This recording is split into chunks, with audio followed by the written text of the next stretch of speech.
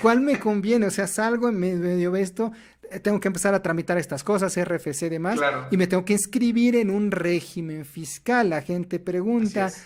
cuál me conviene o en cuál me inscribo. Y creo que la respuesta tú me corregirás, pero creo que es depende, ¿no? Exactamente, es que depende del volumen de tus ingresos, depende de qué tipo de actividad vas a realizar, depende cómo lo vas a llevar a cabo, vas a tener clientes del extranjero, vas a tener clientes nacionales, vas a bajar aplicaciones, porque hoy en día tenemos un catálogo increíble en este aparatito, de verdad, cosa que antes no teníamos. Entonces, ¿qué podemos hacer? Bajamos estas aplicaciones y comenzamos a realizar operaciones que antes pues teníamos que ir a la casa de bolsa, a la casa de cambio, en Ujú. fin, era otro rollo. Hoy en día ya todo está al alcance de este pequeño aparatito y incluso a través de ahí podemos comenzar a tener ingresos por inversiones, instrumentos financieros, etc, etc, etc. Entonces, depende mucho qué es lo que tú quieras hacer, depende cómo vas a recibir los ingresos y a partir de ahí es el régimen que tú puedes escoger. Y aquí es importante que no nos confundamos. Existe un régimen que se llama sin obligaciones fiscales. No es un régimen, simplemente es no tienes obligaciones fiscales, pero tu obligación, una vez que cumples los 18 años, es darte de alta en el RFC. Aún y cuando no tengas ni un solo ingreso, te das de alta porque ya está por Código Fiscal de la Federación. Ujú. Y como ya está por Código Fiscal de la Federación, si no te das de alta, a lo mejor el día de mañana puede comenzar a darte dolores de cabeza a la autoridad cuando comiences a realizar operaciones que sí te van de pagar impuestos. Entonces, nos damos de alta y lo primero que tenemos que preguntarnos es, ¿cómo demonios voy a recibir mis ingresos? ¿Voy a entrar a trabajar a una empresa? Ah, pues es por sueldos y salarios. Ok. A lo mejor no voy a tener actividades tan grandes o a lo mejor mi negocio o mi startup realmente todavía no es tan robusta y quiero empezar poquito a poquito. Ah, pues a lo mejor te conviene el régimen simplificado de confianza. Pero uno preguntaría, oye, pero si yo tengo, por ejemplo, también una aplicación en mi celular y de ahí a lo mejor estoy comenzando a hacer transacciones entre divisas o tengo Ujú. criptomonedas incluso, Ujú. entonces ahí es donde ya empieza a conjugarse esta parte que es más interesante. Porque, por ejemplo, régimen simplificado de confianza no puede convivir con plataformas tecnológicas o Ujú. no puede convivir cuando tú tienes operaciones con criptomonedas o no puede convivir cuando tienes enajenación de dividendos, que serían la compra de acciones Ujú. cuando Ujú. muchas veces las adquieres a través de las aplicaciones o del celular. Entonces, ¿qué es lo que yo aquí les recomendaría? Como toda persona física es un caso diferente, siempre acérquense con un profesional en la materia, que en este caso es un contador. Ellos incluso ya te dirán, ¿sabes qué? Yo voy a poner mi tienda en Amazon. Y ya el contador te dirá, ah, pues lo que a ti te corresponde es actividad empresarial de las plataformas digitales. Oye, ¿sabes qué? Yo me voy a dedicar a una startup, yo voy a, no sé, voy a poner mi agencia digital. Ah, pues a lo mejor lo que te conviene es entrar al régimen simplificado de confianza. El régimen de incorporación fiscal ya no existe, porque todavía existe este paradigma de que, oye, pero dicen que cada año va a ir reduciéndose, va a ir aumentando mi impuesto poquito a poquito, pero que el primer año no pago nada. Ese era el régimen de incorporación fiscal que Ujú. ya no está. Solamente persiste o sobrevive en algunos contribuyentes que no han decidido hacer un cambio. Pero en lo que son las plataformas, en lo que es el régimen simplificado de confianza o lo que es simplemente actividad empresarial y profesional, todavía persiste, pero insisto, tiene que ser un análisis del negocio de las empresas o, en este caso, de las personas. Básicamente tener primero muy claro cuál es nuestra actividad económica Así es, principal, entiendo, ¿no? Porque también así es, podemos tener varias, digo, al final no es una limitante, puedo ser empleado y al mismo tiempo tener un pequeño negocio y mientras tanto, pues comprar acciones a través de, no sé, en GBM Plus o así es. en Actinver, cualquiera de CETES estas. directos, Actinver, etc, Ándale, etc, es exacto. correcto. Entonces, puedo tener todas estas tres. Entonces, al final es primero pues, saber de dónde genero para entonces, a través del apoyo de la asesoría profesional, poder ver exactamente cuál sería el régimen correcto. Y entonces, cada régimen tiene sus propias obligaciones, ¿no?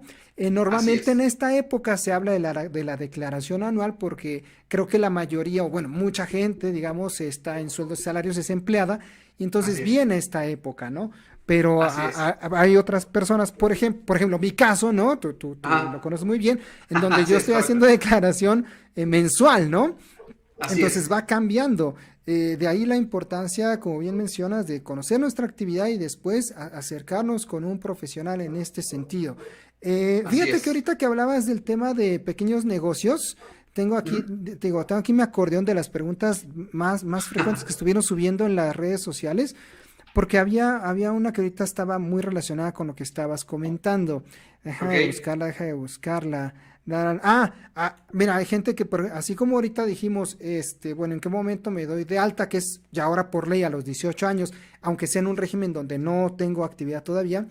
Ujú. Muchos preguntan, ¿en qué momento conviene dar de alta mi negocio? Mira, entiendo que el ideal debería ser desde el día cero, César.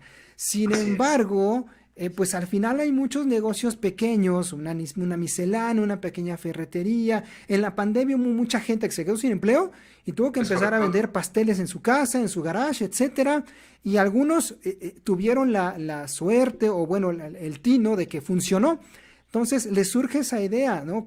Dicen algunos, pues que no me puedo dar de alta en el SAT si no he vendido ni un pastel, ¿no? O sea, apenas lo abrí aquí en el garage de mi casa o lo estoy vendiendo con los vecinos, aunque el debe y el ideal es que ya debería hacer todo esto, pero al final la pregunta es, ¿en qué momento ya debo de dar de alta mi negocio? En el entendido de que lo ideal es desde el día cero, pero ya en la Claro. práctica diaria es complicado, ¿no? Sí, ¿Cómo lo claro. recomendarías hacer o en qué momento sería un buen momento ya? Fíjate que acabas de decir muchos escenarios que incluyen muchas normativas. El problema es de que a veces nosotros lo vemos tan fácil porque es fácil y por desgracia, pues muchas veces las leyes no son justas o la misma forma de tributar no es exactamente la que nos gustaría. Para darte respuesta a eso, quiero nada más enunciarte rápido lo que dice el artículo 108 del Código Fiscal de la Federación, que ese me gusta mucho decirlo porque es una realidad que debemos de afrontarlo. Y dice que comete delito de defraudación fiscal aquel que con perjuicio del fisco federal omita total o parcialmente nuestras obligaciones, o en este caso las contribuciones, ya sea mensual o ya sea del ejercicio. Entiéndase del ejercicio la declaración anual. Y ya nos enmarca lo que son algunas sanciones. Y nos dice tal cual que cuando el monto de lo defraudado, ojo, cuando el monto de lo defraudado sea de entre un centavo hasta poquito más de unos cuantos millones de pesos, Ujú. la pena puede incluir prisión. Primer Ok. punto. Segundo punto, el artículo 29 del Código Fiscal de la Federación nos dice que todos los que realicemos actividades, ya sea económicas, ya sea de alguna otra índole, tenemos la obligación de emitir comprobantes fiscales digitales por Internet por cada uno de nuestros ingresos. Ahí va el segundo. Tercero, cuando nosotros emitimos comprobantes o no los emitimos, también podemos ser sujetos a infracciones que vienen propiamente en el artículo 81 y 82 del Código Fiscal de la Federación. Y ya dependiendo del monto, puede incluso llegar a ser la sanción.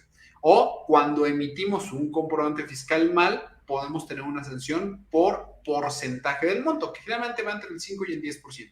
Entonces, bajo este orden de ideas, Ujú. y además atendiendo que en el 2022 también se reformó Código Fiscal de la Federación, donde obliga a todos los mayores de edad a darse de alta, aun y cuando no tengamos ingresos o aun y cuando no tengamos actividades económicas, sino simplemente darnos de alta como personas sin obligaciones fiscales, ya desde ahí nos damos cuenta que la autoridad sí está poniendo el dedo en el renglón. Ahora, así como tenemos nosotros obligaciones, que en este caso son las que ya más o menos te expliqué, también tenemos algunos derechos. Y estos derechos es acreditamientos, deducciones, etc, etc. Entonces, ¿qué es lo que quiero llegar con todo esto? Que independientemente de que nosotros comencemos o no a tener ingresos, debemos darnos de alta una vez cumplidos los 18 años. Ahora, te voy a poner una analogía que Ujú. espero se Sí. pueda entender con claridad. Imagínate que tú tienes un carro Ok. y que vas muy feliz por la vida manejando en él. No necesitas a lo mejor licencia para manejarlo, porque eso requiere más como una habilidad motriz. Pero legalmente tú necesitas un permiso para garantizar que sabes manejar. Ujú, ujú. Entonces tú puedes andar por la vida sin necesidad de tener la licencia. Ok, ok. Pero en el momento en que tengas un problema, en el momento en el que choques, en el momento en que tengas un retén, en el momento en que te detenga la patrulla por la razón que sea, hay dos cosas que te piden de cajón: la licencia Ujú. y la tarjeta La de tarjeta. circulación. Y si no tienes alguna de las dos, ¿qué crees? En ese Problemas. momento habrás deseado tener la licencia de manejo y vas a tener problemas. Pasa exactamente lo mismo con el lado de los impuestos. Tú puedes tener ingresos el tiempo que tú quieras, por la cantidad que tú quieras, pero va a llegar un momento en que te van a detener. O, en este caso, la autoridad te va a revisar. Y cuando te revisa, créeme que la autoridad te va a buscar hasta por debajo de las muelas. Y en ese momento habrás deseado haber comenzado a pagar tus impuestos desde el peso número 1. Entonces, para ser muy concreto ya en la pregunta, yo diría que una vez que tú comiences a ver que tienes ingresos, en ese momento date de alta y en ese momento comienza a pagar tus impuestos. Hoy en día tenemos regímenes que son muy, pero muy amigables con nuestra situación. Y es tan así que es necesario considerar los servicios de un contador, o por lo menos la asesoría de un contador, dentro de tus gastos anticipados del negocio. O si ya iniciaste un negocio, que consideres el gasto de un contador. Por desgracia, somos un mal necesario. Lo que son los abogados y lo que son los contadores muchas veces nos contratan a la mala. Es como que, bueno, te necesito, pero porque no me queda de otra, ¿no? porque no me queda de otra, ¿no? Pero si nosotros lo vemos desde un punto de inversión, yo te aseguro que muchos tendríamos la idea de que, ok, voy a poner mi negocio, voy a dedicarle tanto a comprar material con el que voy a empezar, voy a dedicar tanto para poner mi página web, porque hoy en día a lo mejor ya no pensamos tanto en el local, ya hoy en día pensamos más en la página de internet, en las redes sociales, voy a adquirir este programa para administrarlo, y yo de verdad les recomiendo que dentro de estos gastos que ya consideren por favor la inversión, por lo menos la asesoría de un contador que les diga qué es lo que tienen que hacer. Si desde ahí nosotros no tenemos una cultura para llevar nuestra empresa, por ahí hay un viejo refrán que dice: hijos chiquitos, problemas chiquitos; hijos grandes, problemas grandes. Y pasa exactamente lo mismo con las empresas. Empresa chiquita, problemas chiquitos; empresa grande, problemas grandes. Entonces, si no somos capaces de poder atender una problemática mínima cuando apenas vamos empezando, va a ser muy difícil que conforme vayamos creciendo lo podamos ir atendiendo en tiempo y forma.